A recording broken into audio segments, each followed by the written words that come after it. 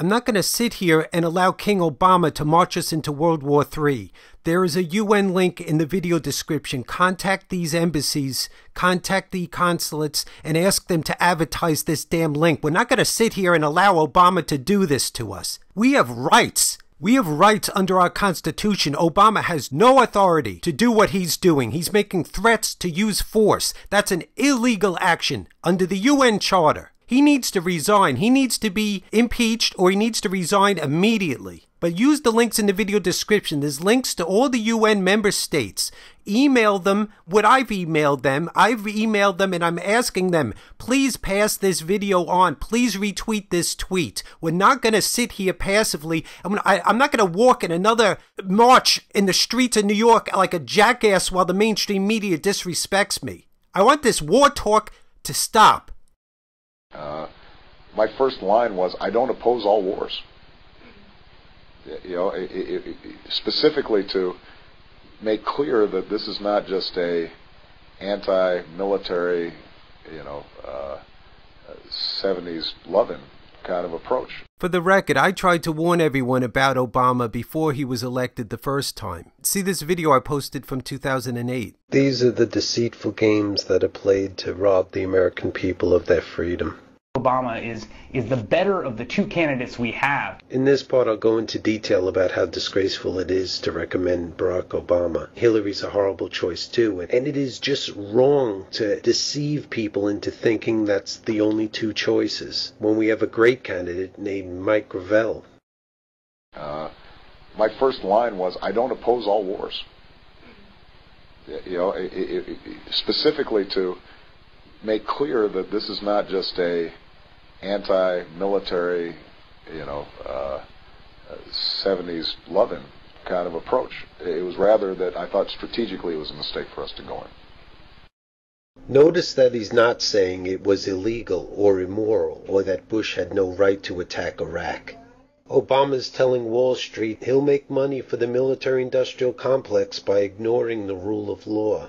Where's the money coming from? It's coming from Wall Street. Look at Obama.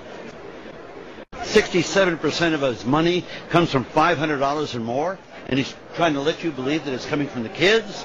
Hillary Clinton, 89% of her money, $500 and more, comes from where? Wall Street.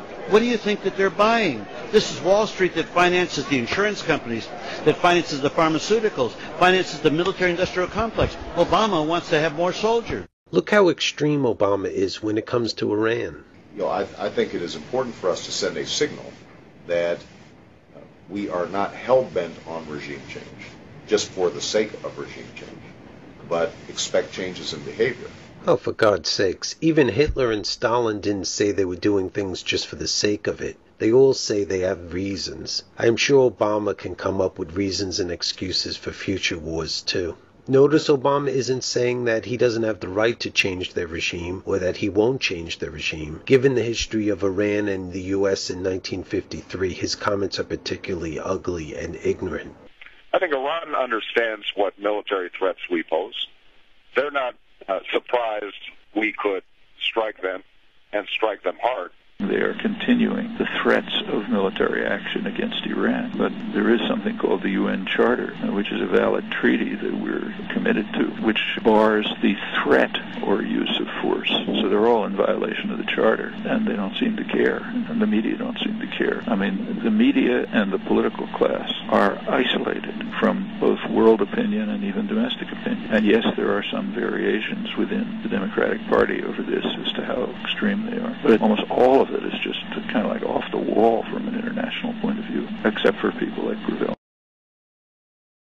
And using force, if it's not in self-defense and if it's not approved by the Security Council, is a violation of international law, a law that the United States has signed on and pledged that they would uphold. But this is not a nation of laws. Looks like the UK is more of a democracy than the United States. They're less king-like than the United States, where they actually had to abide by the will of their people and not okay participation in this war. Meanwhile, here we have King Obama who says, I don't care. I'm just doing it regardless of Congress, regardless of the UN. No Obama war. Tweet that out using the hashtag No Obama War. And then you could help spread the video that I've been trying to promote.